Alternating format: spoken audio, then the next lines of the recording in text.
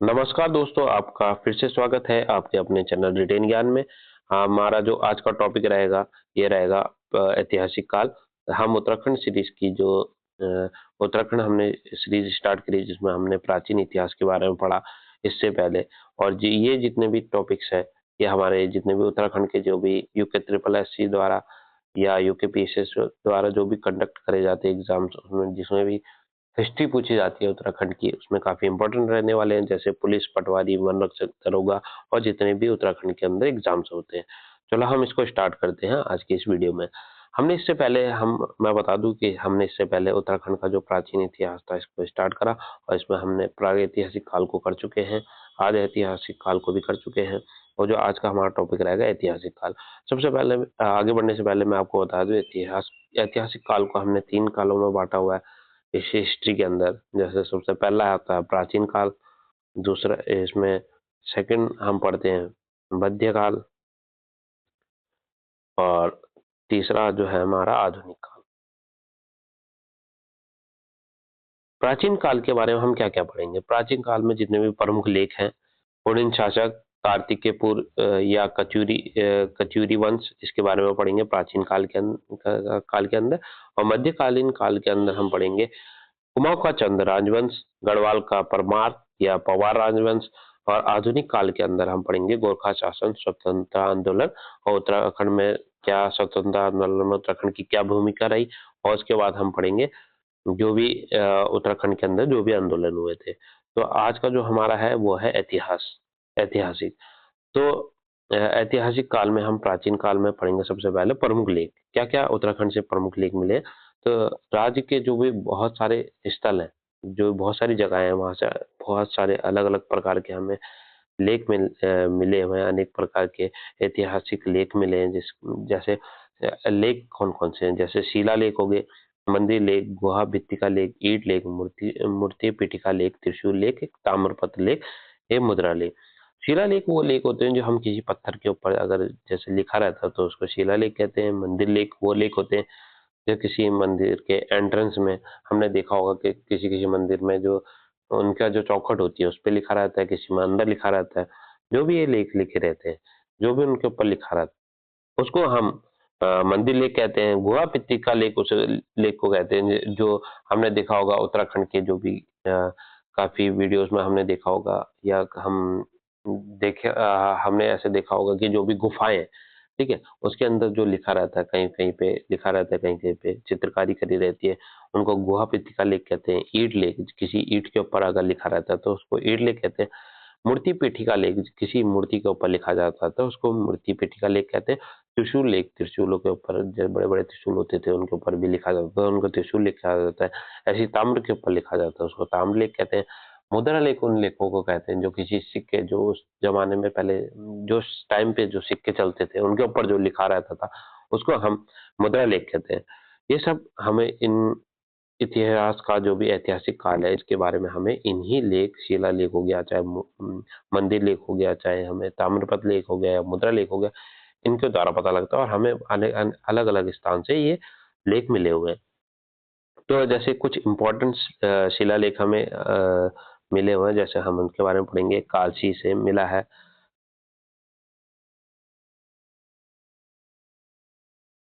अशोक ने, जो कालसी से जो हमें लेख मिला है उसके बारे में हम देखते हैं। अशोक ने एक अभिलेख, जो अशोक का एक अभिलेख था, जो राज्य की उत्तरी सीमा, जो राज्य की उत्तरी सीमा है वहां पे ये मिला हुआ है 257 ईसा पूर्व में। कालसी एक जगह है देहरादून में, जो उत्तर टॉन्स बहती है, और यमुना के जो संगम, टॉन्स और यमुना के संगम पे कालसी एक जगह पड़ती है देहरादून के अंदर, वहां पर ये मिला हुआ है, उसमें स्थापित कराया गया था। यह लेख प्राकृतिक भाषा में, ये जो हमें कालसी से जो शिला लेख मिला है अशोक का, उसमें कौन सी भाषा का प्रयोग करा गया है? तो प्राकृत भाषा और ब्राह्मणी लिपि में लिखा गया है। कौन सी लिपि का इस्तेमाल हुआ है? ब्राह्मणी लिपि। और भाषा यूज है प्राकृत भाषा में लिखा हुआ है। इस अभिलेख में अशोक की यह घोषणा है। जो ये अभिलेख है इसके ऊपर क्या लिखा हुआ है? इसने लिखा है कि उसने राज्य के हर स्थान पर मनुष्यों एवं पशुओं की चिकित्सा की व्यवस्था कर दी है। कि अशोक ने यहाँ पर जितने भी स्थान है वहां पर क्या मनुष्य एवं पशुओं के लिए चिकित्सा की व्यवस्था कर दी गई है। उसने इसमें लोगों से हिंसा को त्यागने और अहिंसा को अपनाने की बात कही गई है। ओके, आगे पढ़ते हैं। कुड़िन लोगों की जो कुड़िन है उन लोगों की अमुक भूति, अल्मोड़ा और चित्तेश्वर प्रकार की मुद्राएं भी मिली गई है।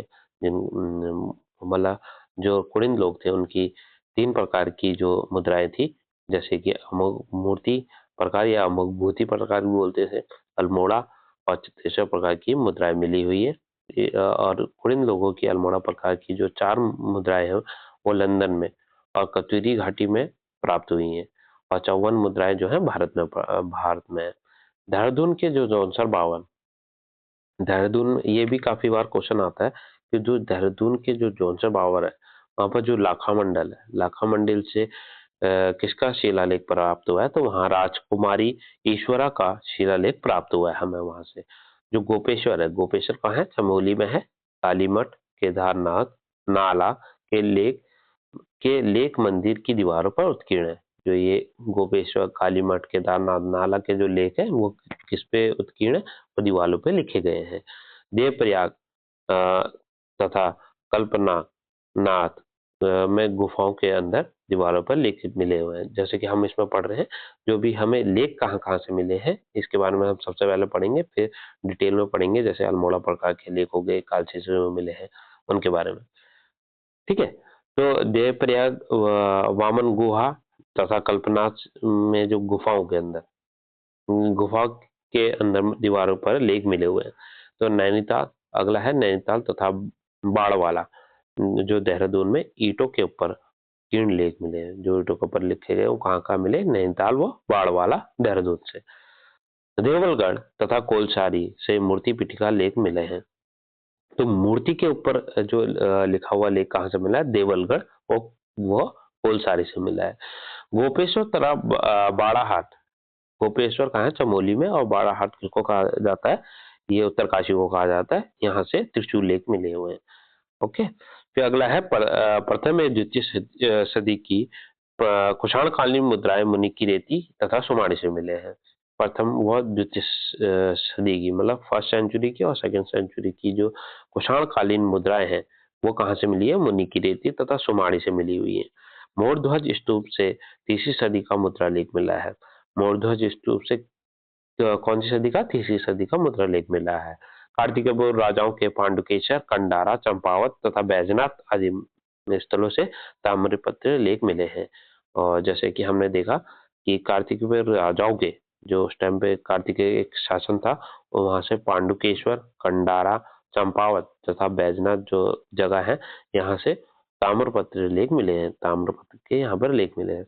इसमें काफी जो इम्पोर्टेंट है, एक ये आला है देहरादून के जो जॉनसन बावरों में लाखामंड से कुमारी ईश्वरा का शिलालेख मिला है।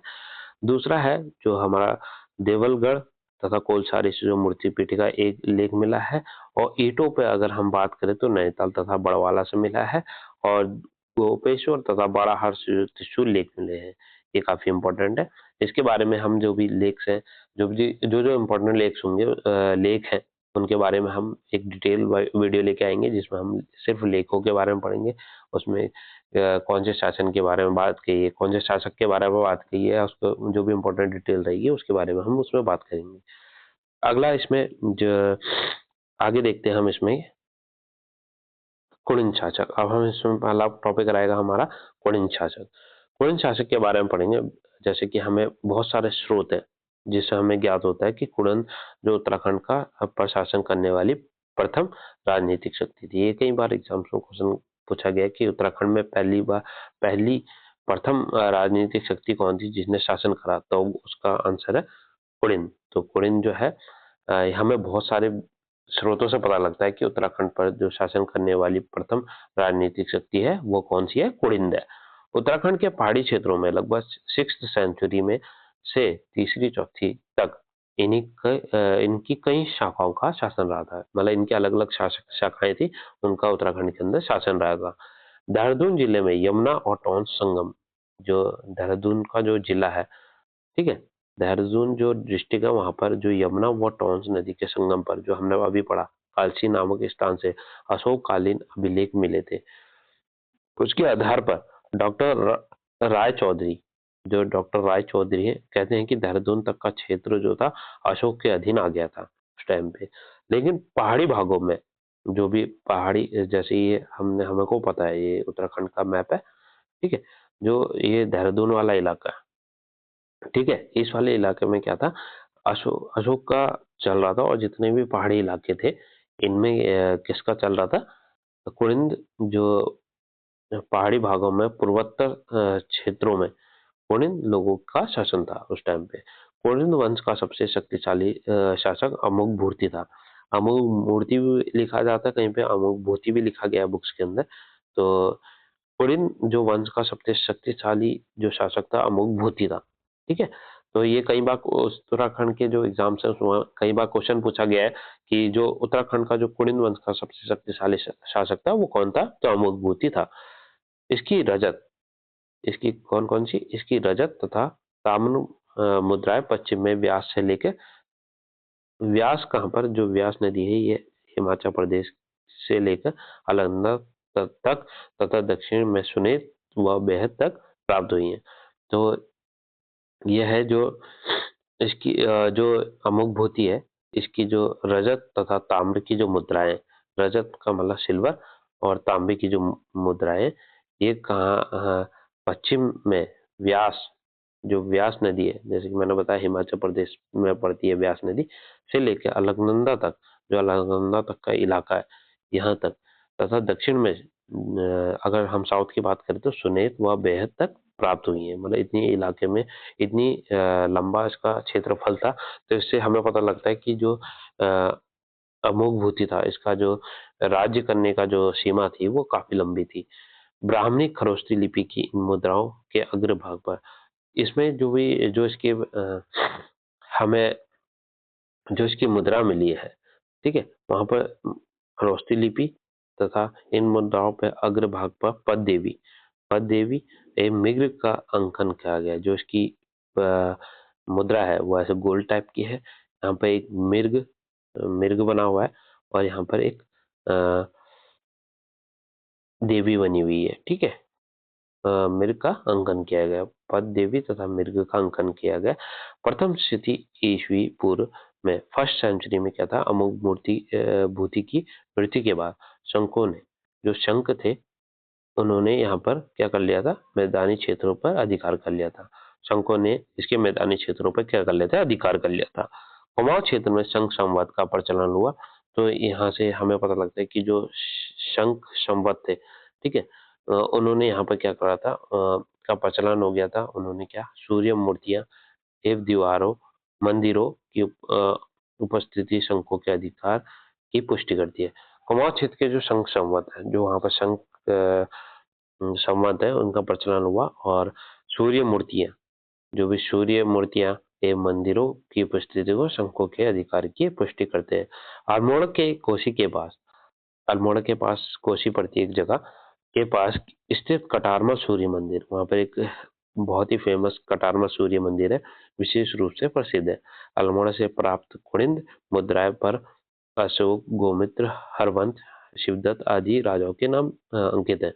तो और जो अल्मोड़ा का जो कोसी के पास जो कटारमा सूर्य मंदिर है, उससे हमें पता लगता है कि शंख संवत के जो लोग थे, तो उन्होंने यहाँ पर क्या करा था, हाँ, उनका आधिपत्य था, इससे हमें पता लगता है।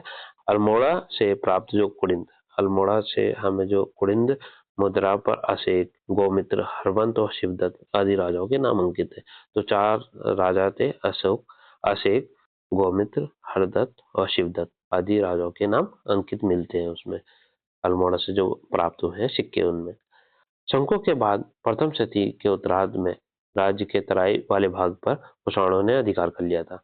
तो शंकों के बाद प्रथम शती मतलब फर्स्ट सेंचुरी में के बाद, तो तराई वाले भागों में किसने जो नीचे का जो भाग है तराई वाले भागों पर किसने कर दिया था, कुषाणों ने अधिकार कर दिया था।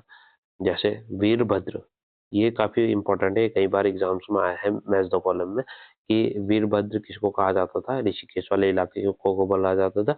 मोरध्वज कोटद्वार के पास वाले इलाके को बोला जाता था। गोविषाण काशीपुर वाले इलाके को बोला जाता था। से जो प्राप्त पर्याप्त मात्रा में हमें कुषाणकालीन अवशेष मिले, कि यहाँ पे हमें मिलता है कि कुषाणों ने भी यहाँ पर क्या करा था, अपना राज्य का विस्तार करा हुआ था यहाँ तक। कुषाण के पतन के समय यहाँ कुछ नए राजवंश, कुषाण का जब पतन हुआ तो यहाँ कुछ नए राजवंश आए, जिसमें यथा गोविषाण जो काशीपुर, कालची व लाखामंड स्थापित हुए। तो यहाँ पर जैसे उनका पतन हुआ तो नए राजवंशों ने यहाँ पर गोविषाण जो इलाका है काशीपुर का, कालची व लाखामंड स्थापित हुए, और साथ ही कुरिंद भी कुछ क्षेत्रों पर शासन करते रहे। कुरिंदों के समकालीन योद्धे, इनके साथ साथ योद्धे शासकों की मुद्राएं जौनसर, बाबर, देहरादून तथा कालो डांडा पौड़ी से मिली है, जो कि उनके शासन की पुष्टि करते हैं। कुषाणों को कुचलने में युद्धों ने महत्वपूर्ण भूमिका निभाई थी। बड़वाल यज्ञ वेदिका, ये भी काफी इंपॉर्टेंट हो जाता है, ये भी काफी बार एग्जाम्स में पूछा गया है कि जो बड़वाल वाला यज्ञ वेदिका है कौन सी सेंचुरी का है। ये कई बार क्वेश्चन आया है उत्तराखंड के एग्जाम्स में। ये 3rd सेंचुरी का है। इसका जो निर्माण कराया गया था शिलवर्मन राजा नामक राजा ने कराया था। तो इसको इम्पोर्टेंट मार्क कर लो और इसको अच्छे से देख लो, क्योंकि ये कई बार एग्जाम्स में आया हुआ है। शिलवर्मन को कुछ विद्वान कुरिन तो कुछ युद्धों मानते हैं।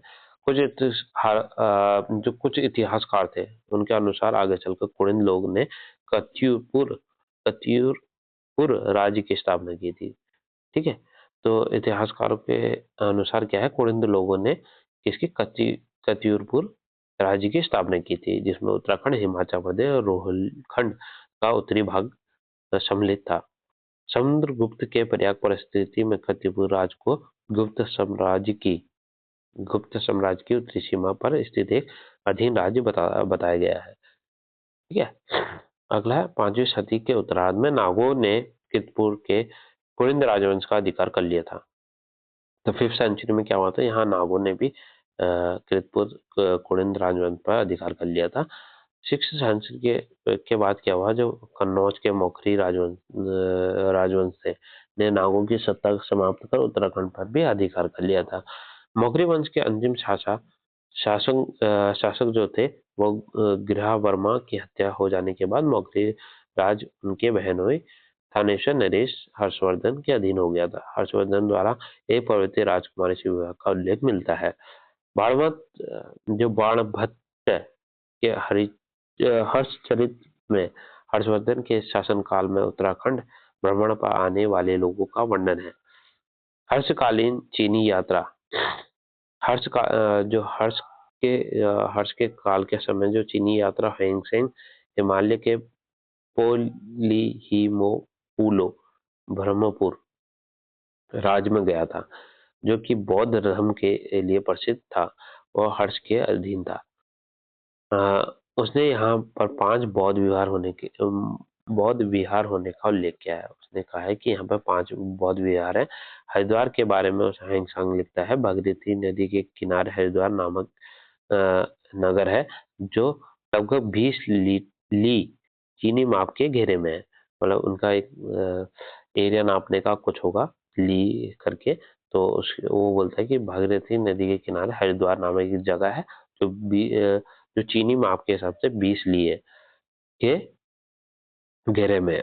अंग्रेज इतिहासकार कनिंघम आधुनिक गढ़वाल व कुमाऊं वाले संपूर्ण भूभाग को ब्रह्मपुर मानते हैं। तो जो कनिंघम है वो पूरे कुमाऊं व गढ़वाल का जो पूरा क्षेत्र है उसको क्या मानते हैं, ब्रह्मपुर मानते हैं। अगला है बहुराजकता का युग। हर्ष की मृत्यु के बाद उत्तराखंड में छोटे छोटे कई राज्य स्थापित होने लग गए थे। सैन्य शक्ति के अभाव, वहां पे क्या था, छोटे छोटे राज्य थे तो उनकी सैन्य शक्ति उतनी ज्यादा नहीं थी। तो अभाव में इन दुर्बल राज्यों में सुरक्षा के लिए छोटे छोटे कोटों या गढ़ों का निर्माण कर लिया था। इन छोटे छोटे राज्यों में ब्रह्मपुर, शत्रुघ्न, गोविषण राज्य मुख्य थे, जिनमें सबसे बड़ा था ब्रह्मपुर राज्य था। 6ठी जो शताब्दी में ब्रह्मपुर में पैरवा का शासन था। इन वंश के प्रमुख शासन में विष्णुवर्मन, पृथ्वीवर्मन, अग्निवर्मन, द्वितीयवर्मन और विष्णुवर्मन द्वितीय का नाम आता है। इस विघटन काल में उत्तराखंड पर कई बड़ा आक्रमण भी हुए। यहाँ पर बहुत सारे बाहरी आक्रमण भी हुए, जिसमें चौहान नरेश विघराज ने आक्रमण कर दक्षिणी उत्तराखंड पर तथा तोमर राज्यों ने पूर्वी उत्तराखंड के कुछ भागों पर कब्जा कर लिया था। आज के इस सेशन में हमने ये देखा कि हमें कहाँ का जितने भी उत्तराखंड के अंदर लेक शिलालेख वगैरह मिले थे, जितने भी लेख मिले हैं, और उसके बाद हमने इसमें देखा कि जो कुड़िन शासन थे उसके बारे में थोड़ा सा देखा हमने। अब हम इसमें आगे हम इसके बारे में देखेंगे कि कौन कौन से जो उत्तराखंड के अंदर जो कुषाण शासन के में क्या क्या हुआ, उत्तराखंड के योध्या शासन, कुलवत शासन, अ, ये सब के बारे में अगले छगलेश वंश वगैरह हम देखेंगे, नागवंश, मौखरी वंश, जो भी हमने पढ़ा है इसके बारे में डिटेल में देखेंगे। उसके बाद हम पूरा आगे इसको कंटिन्यू करेंगे। आज की वीडियो यहीं तक है और थैंक यू फॉर वाचिंग। जय हिंद, जय भारत, जय उत्तराखंड। इस अगर आपको वीडियो अच्छी लगी तो इसको प्लीज़ लाइक करें और सब्सक्राइब करें और वीडियो को आगे शेयर करें, और हमारी पूरी लिस्ट को देखें। और आप सभी का बहुत बहुत धन्यवाद। Thank you.